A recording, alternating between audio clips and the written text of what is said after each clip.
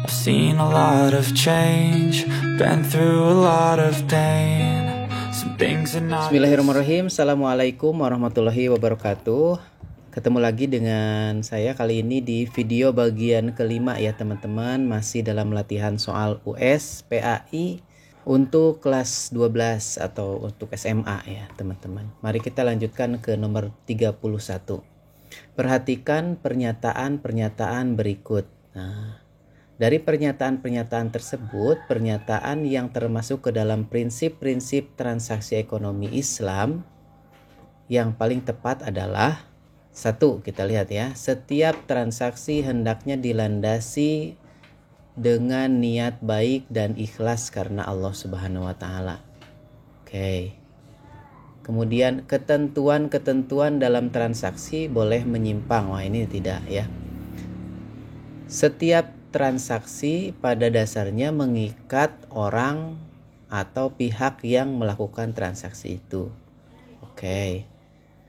Nomor 4, setiap transaksi harus dilakukan secara sukarela tanpa ada unsur paksaan dari pihak manapun.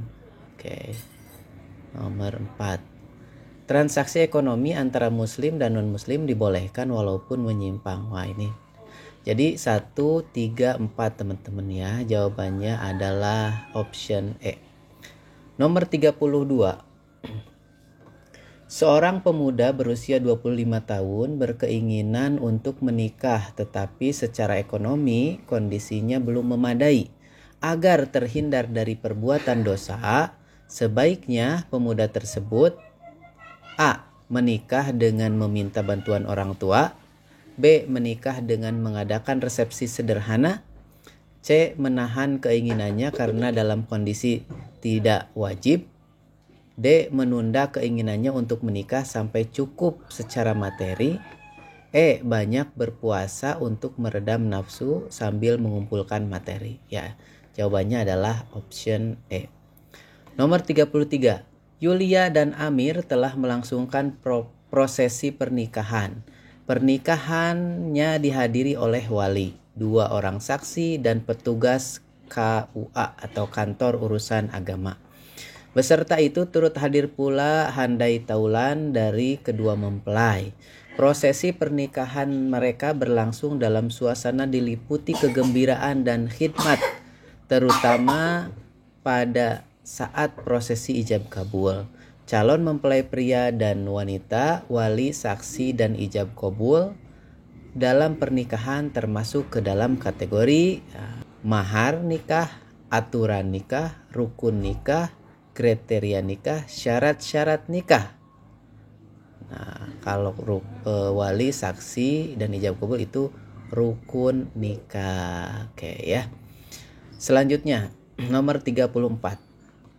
Cermati pernyataan berikut.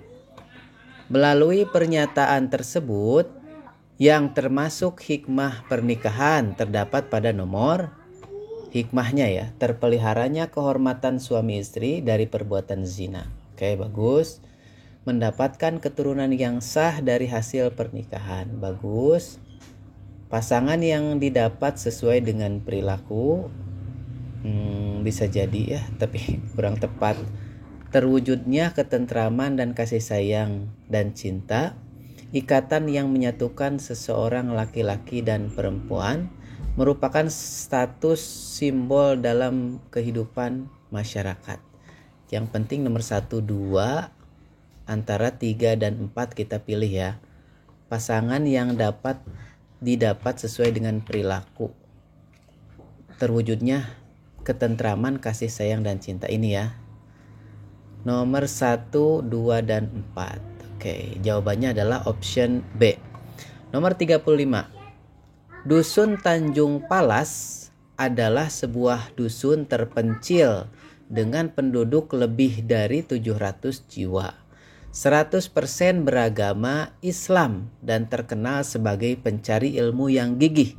Akan tetapi tidak satupun warga belajar ilmu faraid. Oleh karena itu, saat ketua kampung meninggal, mereka tidak tahu cara mengurus harta peninggalannya. Dari sisi hukum faraid, seluruh penduduk Tanjung Palas tidak perlu membagi harta peninggalan karena belum tahu caranya. Boleh mengurus harta yang ditinggalkan menurut cara terbaik mereka. Menanggung dosa karena tidak ada satupun yang bersedia mempelajari ilmu faraid. Tidak menanggung dosa apapun karena minat belajar memang tidak dapat dipaksakan. Tidak boleh mengurus harta peninggalan karena tidak mengetahui aturan faraid. Jadi teman-teman, jawabannya adalah C. Kenapa C? Karena hukum mempelajari faraid itu adalah fardu kifayah.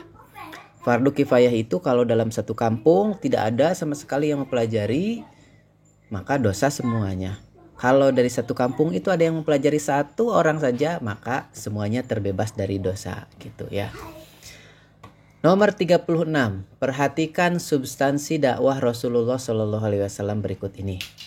Substansi dakwah yang paling mempengaruhi keberhasilan dakwah Rasulullah di Madinah ditunjukkan dengan nomor 1. Membina persaudaraan antara kaum Ansor dan kaum Muhajirin.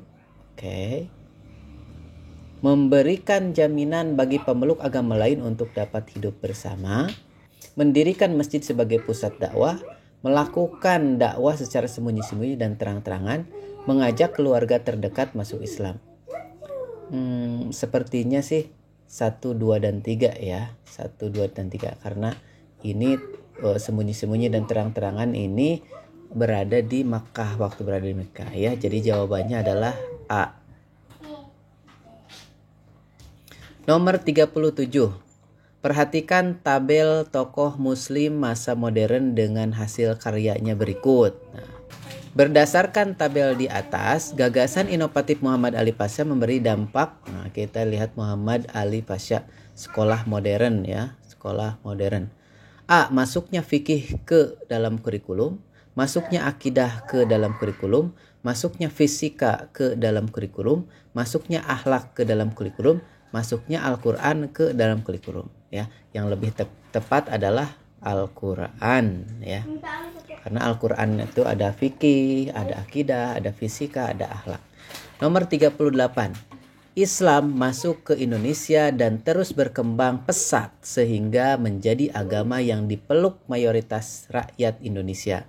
Berikut adalah faktor-faktor yang menyebabkan agama tersebut dapat diterima dan berkembang dengan pesat di Indonesia. Kecuali ya teman-teman.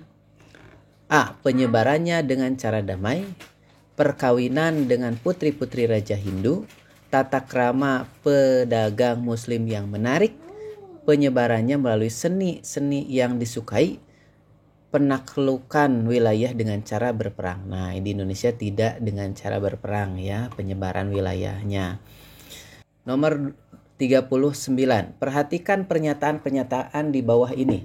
Faktor-faktor penyebab pesatnya perkembangan Islam di Indonesia yang benar ditunjukkan dengan nomor. Ritual ibadah dalam Islam sangat logis.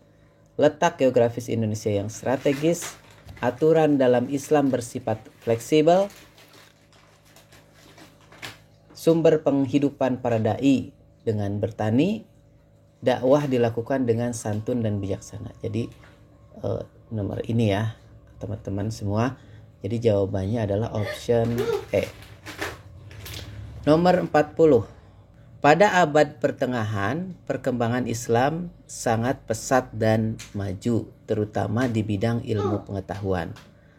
Pernyataan di bawah ini yang tidak termasuk faktor eksternal yang menyebabkan kemajuan Islam pada abad pertengahan adalah yang tidak, ini saya tebalkan, yang tidak termasuk faktor eksternal ya.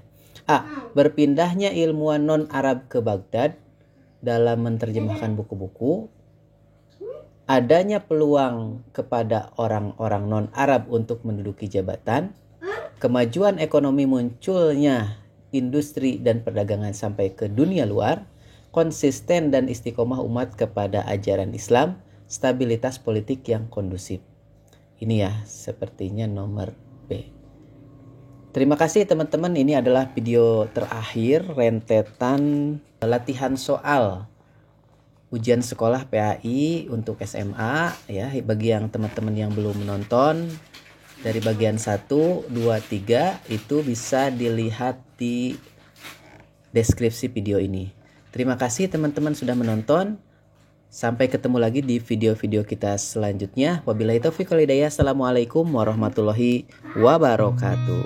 I've seen a lot of change, been through a lot of pain. Some things are not the same as they were a year ago, but all will be okay.